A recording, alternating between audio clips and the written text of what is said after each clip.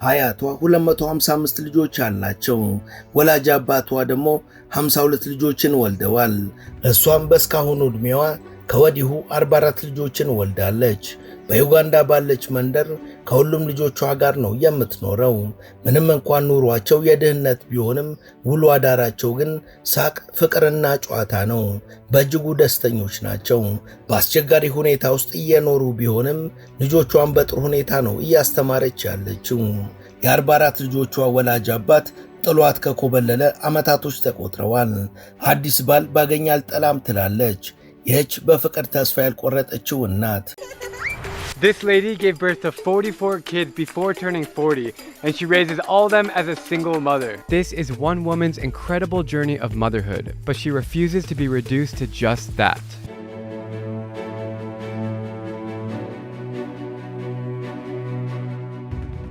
ሰላም ውድ ቤተሰቦች፣ በዛሬው መሰናዷችን የ44 ልጆች እናት ስለሆነችውና የዓለምን ትኩረት ስለሳበችው እንስት እናወጋችኋለን።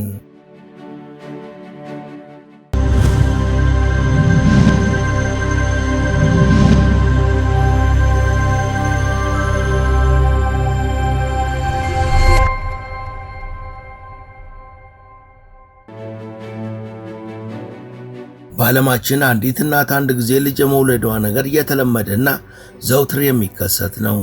መንታ መውለድም ያን ያህል እንደ አዲስ የማይታይ ነገር ነው።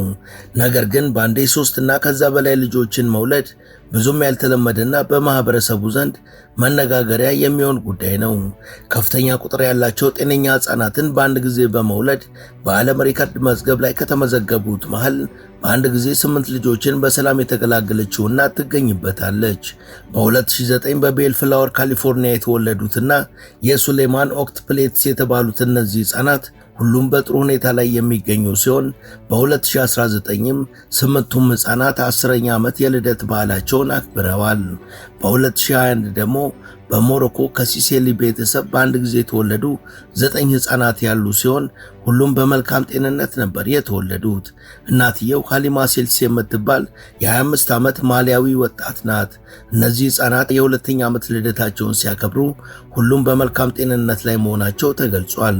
እስከዛሬ ካለው ተሞክሮ አንጻር ግን በርካታ ሕፃናትን መጸነስና ሁሉንም እናት ጤና ልጅም ደህና ሆኖ የመውለዱ ጉዳይ እጅግ አልፎ አልፎ የሚከሰት ነው። የዛሬዋ ባለ ታሪካችንም በአንድ ጊዜ በርካታ ጤነኛ ልጆችን የመውለድ ነገር የተደጋገመባትና ገና በ36 ዓመቷ 44 ልጆችን መውለድ የቻለች አስገራሚ እናት ናት።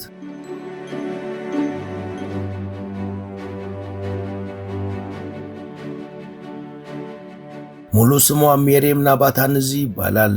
ማማ ኡጋንዳ ወይም እናት ኡጋንዳ በመባል ትጠራለች። ሜሪየም እስካሁን ከወለደቻቸው 44 ልጆች 38ቱ ዛሬም ድረስ በሕይወት አሉ። በ2015 ባልየውና የልጆቹ አባት ቤተሰቡን መደገፍ አልቻልኩም በማለት ትቷቸው ኮብልሏል። ሜሪየም ታዲያ ላለፉት 10 ዓመታት ልጆቿንና የልጅ ልጆቿን ብቻዋን በመንከባከብ ላይ የምትገኝ ድንቅ እናት ናት። ሜሪየም በልብስ ስፌትና በፀጉር ሥራ የምትተዳደር ሲሆን የመጀመሪያ ልጆቿን የወለደችው ካለፍላጎቷ ከተዳረች በኋላ በ13 ዓመቷ ነበር። በዚህ ጋብቻዋ እስካሁን 44 ልጆችን የወለደች ሲሆን ልጆቿ ብዙ ጊዜ 3፣ 4 ወይም 5 እየሆኑ በሌላ ጊዜ ደግሞ መንታ የሆኑ ነበር የተወለዱት። ሜሪየም በ15 ጊዜ ወሊድ ነው 44 ልጆችን ያፈራችው።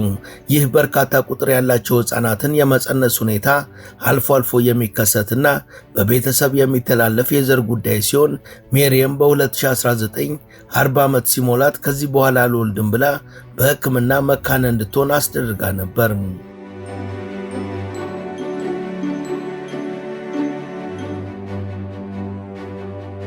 ሜሪየም ከባድ የልጅነት ጊዜ ያሳለፈች ሲሆን ገና በለጋነቷ በቤተሰብ ውስጥ የሚዘገንን ተግባርን ለማስተዋል የተገደደች ሴት ናት። እንደ ሜሪየም ገለጻ ከሆነ እናትየዋ እሷንና 5 ወንድሞቿን ጥላ ስትኮበልል እሷ ገና የ3 ቀን አራስ ነበረች። ያንን ተከትሎ አባትየው ያገባት እንጀራ እናታቸው ደግሞ ሜሪየም የ7 ዓመት ሕፃን ሳለች ለጨዋታ ወጣ ብላ ሳለ 5 ወንድሞቿን የመረዘቻቸው ሲሆን ሜሪየም ከጨዋታ ወደ ቤት ስትመለስ ሁሉም ወንድሞቿ ሞተው ነው የጠበቋት። በ1993 የ12 ዓመት ሕፃን የነበረችው ሜሪየም የ40 ዓመት ጎልማሳ ለሆነና ከሷ በፊት በርካታ ሚስቶች ለነበሩት ሰው በግድ ተድራለች። ሜሪየም በተዳረች ጊዜ ከባሏ ጋር የነበራቸው ንብረት ሐማትየው የሰጧቸው ቁራጭ መሬት ብቻ ነበር። ሜሪየም ባገባች በዓመቱ በ13 ዓመቷ መንታ ሕፃናትን የተገላገለች ሲሆን ከ2 ዓመት በኋላ ደግሞ 3 ሕፃናትን ወልዳለች። ከዛም ከዓመት ከመንፈቅ በኋላ ደግሞ በአንድ ጊዜ 4 ልጆችን ወልዳለች።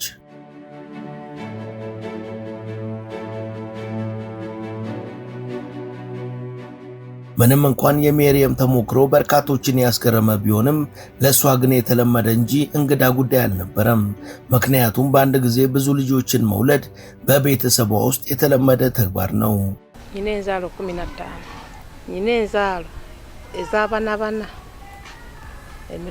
ሚሩንዲ የታኑ አባሳቱ ሚሩንዲ የታኑ አያቴ 255 ልጆችን ወልዷል። አባቴ ደግሞ 52 ልጆችን ወልዷል። እኔን ብቸኛ የሚያደርገኝ የልጆች አባት አንድ መሆኑ ብቻ ነው። እነሱ የወለዱት ከተለያየ ሴት ነው። እኔ ግን 44ቱንም ልጆችን ከአንድ ወንድ ብቻ ነው የወለድኩት። ግን እንዳለመታደል ሆኖ የልጆች አባት ራስ ወዳድና ኃላፊነት የጎደለው ሆነ። አባቴና አያቴ የወለዷቸው ልጆች በአንድ ጊዜ መንታ 3 እና 4 አንዳንዴም 5 ሆኖ ነበር የሚወለዱት። ይህ ነገር በቤተሰባችን የተለመደ ስለሆነ ለኔ ምንም የተለየ እንግዳ የሆነ ነገር አይደለም።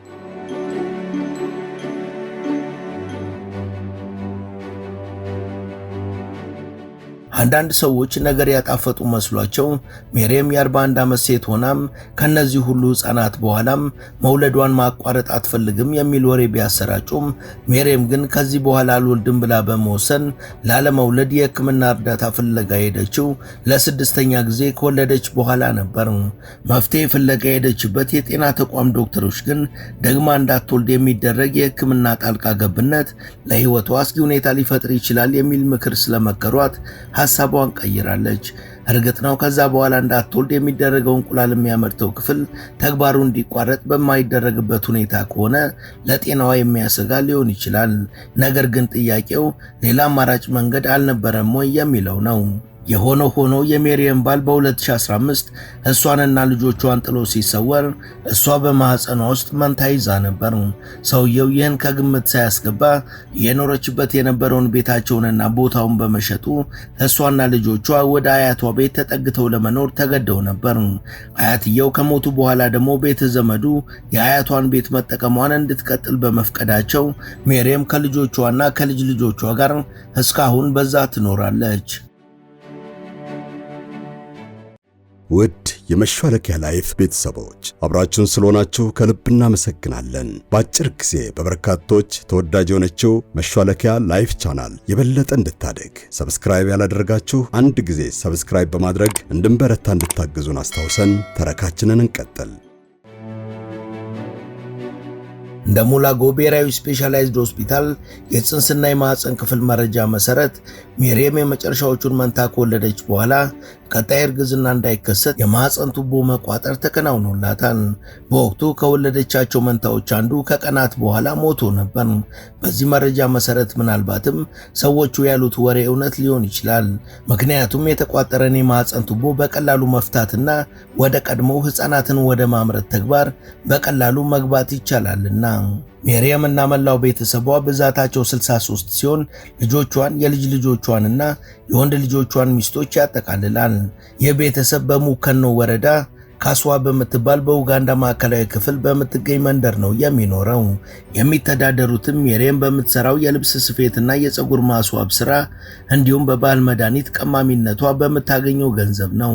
ቤተሰቡ የሚኖረው ከሲሚንቶ በተሰራ 15 ብሎክ የቆርቆሮ ቤቶች ሲሆን ቤቶቹ 17 ክፍሎች አሏቸው።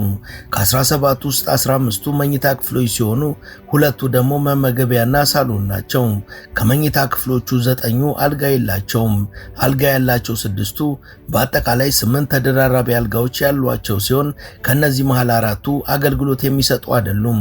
የተቀሩት 4 አልጋዎች ደግሞ ፍራሽ ተነጥፎባቸው 24 ሕፃናትን ያስተኛሉ።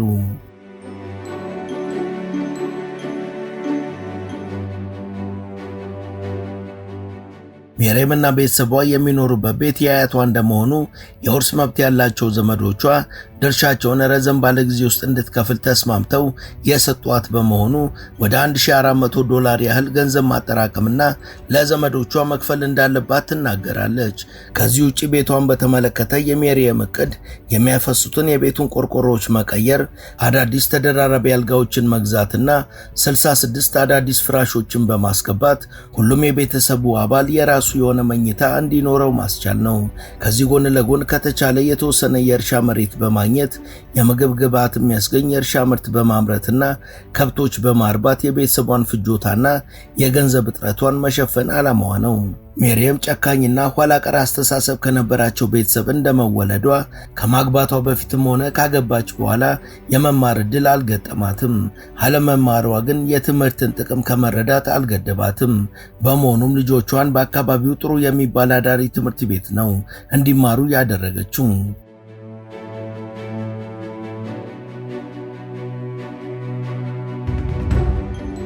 ልጆቿ ትምህርት በሌላቸው ወይም የቤት ስራ በማይሰሩበት ጊዜ በቤት ውስጥ ያለውን ማንኛውንም ስራ የሚሰሩ ሲሆን ስራቸውን ከጨረሱ በኋላ ከእናታቸው ጋር ቁጭ ብለው ቴሌቪዥን በመመልከት ወይ ደግሞ እናታቸውን ለማስደሰት የተለያዩ ዳንሶችን በመደነስና አዝናኝ ነገሮችን በመጫወት ጥሩ የደስታን ጊዜ ነው የሚያሳልፉት።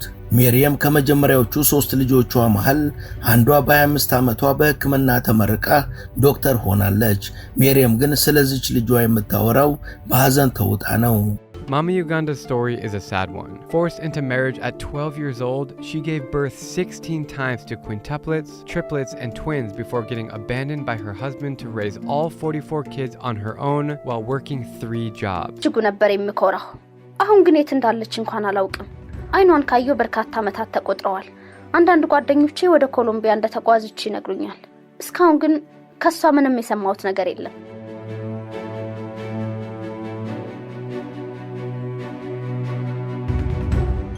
ቀሪዎቹ የሜሪየም ልጆች እናታቸውን እንደ አይን ብሌናቸው ነው የሚወዷት። አባታቸው ያደረሰባትን በደል ቢያውቁም እናታቸው እንደገና እንድታገባና በግሏ ደስታ የሚሰጣት ወንድ ከጎኗ ቢሆን ደስ እንደሚላቸው ይናገራሉ። ነገር ግን እንደ አባታቸው ሊመታት ቀርቶ ዝንቧን እንኳን እሺ ካለ አለቀለት በማለት ነው አቋማቸውን የሚገልጹት። በመጨረሻ ላይ ታዲያ ዘጋቢው እንዴት ነው አሁን የማግባት ፍላጎቱ አለሽ ወይ ብሎ ሜሪየምን ሲጠይቃት የሚከተለው ምላሽ ሰጥተዋለች። So, if only I met a responsible one, I wouldn't mind making more babies because childbearing is a gift from God. በአሁኑ ጊዜ በዚህ አካባቢ ከራሱ ስሜትና ጥቅም አሻግሮ ትልቅ ነገር የሚያስብ ወንድ ማግኘት በእጅጉ ከባድ ነው። ነገር ግን ፍቅር ሰጥቶ መቀበል የሚችል ወንድ ከተገኘ ፍቅር እንደገና ለመጀመር አልረፈደብኝም። ሲጀመር የቀድሞ ትዳሬ እኮ ፍቅር አልነበረበትም። ገና ህፃን እያለሁ ነው የተዳርኩት። በወቅቱ በመሃላችን ፍቅር ስላልነበረ ሁኔታዎች ከበድ ባሉ ጊዜ ሁላችንንም በትኑን ሸሸ። አሁን ያሉት አብዛኞቹ ወንዶች እንደሱ ያሉ ናቸው። ልጅ መውለድን እንጂ ማሳደግን አስበው አይደለም ሴትን የሚቀርቡት።